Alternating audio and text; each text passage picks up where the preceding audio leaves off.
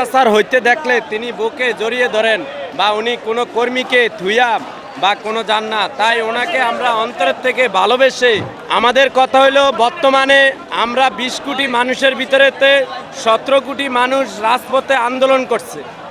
এখন বর্তমানে কয়েকটা সমন্বয়ক তারা নিজেরা দেশ সংস্কার করার নাম দিয়ে তারা ওই গদিতে বসে নিজেরাই এখন চাঁদাবাজি, দুর্নীতি, তারা নিজেরাই এখন রাজনীতিবিদ হয়ে গেছে। তাদের কি আমরা সাধারণ জনগণ, তাদের কি আমরা রাজনীতি করার জন্য, দল গঠন করার জন্য এই দেশের মানুষ তাদেরকে এই চেয়ারে বসাইছে? আমরা চাই তারাও দ্রুতভাবে পদত্যাগ করুক।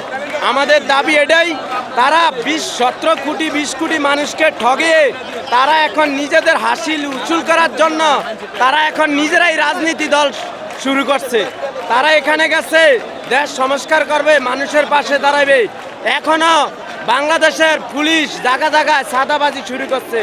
যেমন রেলের ভিতরে এখন ঈদের সময় গেলে টিকিট বেলেকে বিক্রি হয়, ঠিক আছে, রেলের কোনো পদবর্তী সাধারণ হকারের উপরে জোর জুলুম হচ্ছে, ঠিক আছে, হকারকে দরিয়া দরিয়া চালান করিয়া দেয়।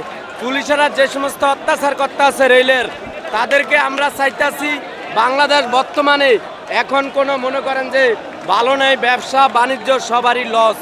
বর্তমানে এভাবে যদি একটা রাষ্ট্র চলতে থাকে, আমার মনে হয় না বেশি দিন এই রাষ্ট্রটা ভালোভাবে চলবে।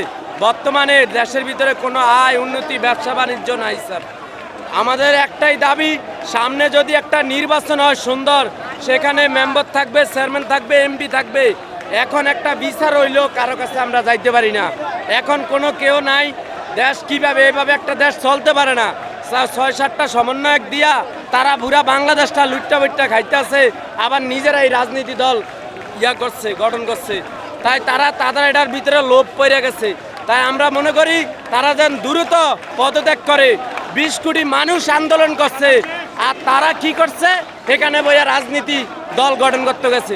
তারা আমাদের কথা হলে তারা দেশ সংস্কার করব।